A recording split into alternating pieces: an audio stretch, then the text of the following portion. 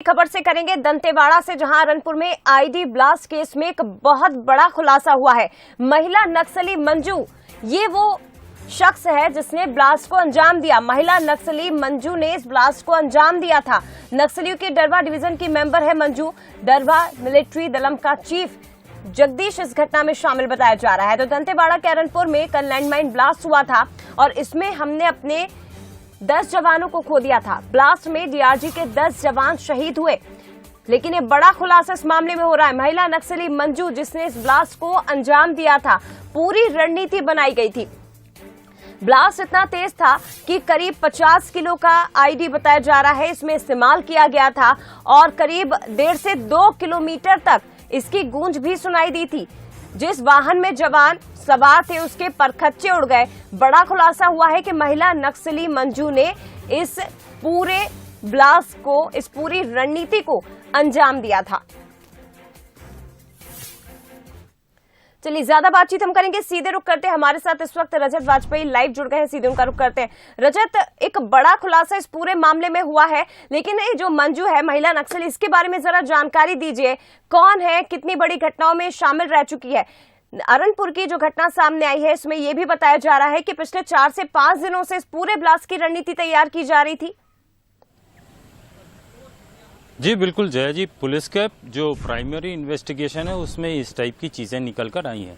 अब रही बात मंजू अलियास मंजुला की, तो इसके बारे में बहुत स्पेसिफिक इन्फॉर्मेशन पुलिस के पास भी नहीं है।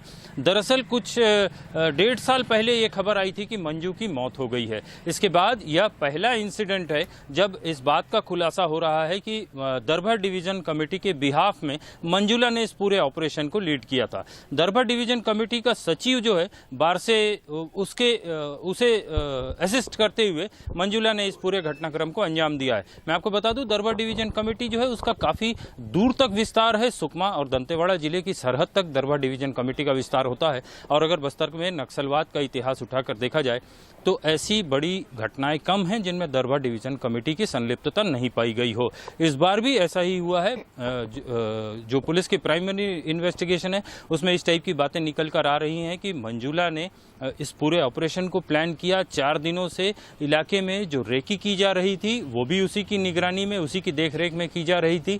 जो बारूद प्लांट किया गया था, जो इलेक्ट्रिक वायर बिछाया गया था और जो ट्रिगर किया गया था, सारी चीज़ों को जो है मंजुला के ही नेतृत्व में जो है प्लानिंग पूरी तैयार की गई थी और उसका एग्जीक्यूशन भी मंजुला के ही नेतृत्व में।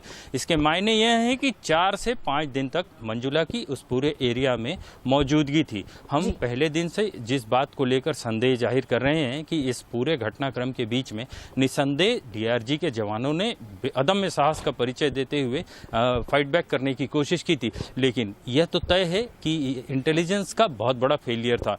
अभी ये पुलिस की ही इन्वेस्टिगेशन से निकल के आ रहा है कि मंजुला अगर वहां मौजूद थी, डीवीसी मेंबर है, और उसकी मौजूदगी की खबर अगर खुफिया तंत्र को नहीं लग पाई तो इसे फेलियर ही कहा जाएगा। निश्चित तौर पर और आगे भी ये मंजुला एक बड़ी चुनौती जवानों के लिए और पुलिस के लिए बन सकती है। रजत, फिलहाल शुक्रिया आपका तमाम जानकारी साझा करने के लिए। तो देखिए, बड़ा खुलासा आईडी ब्लास्ट केस में हुआ है। महिला नक्सली मंजू जो कि डरवा डिवीजन की मेंबर है, उसने ही इस पूरे ब्लास्ट को अंजाम दिया है।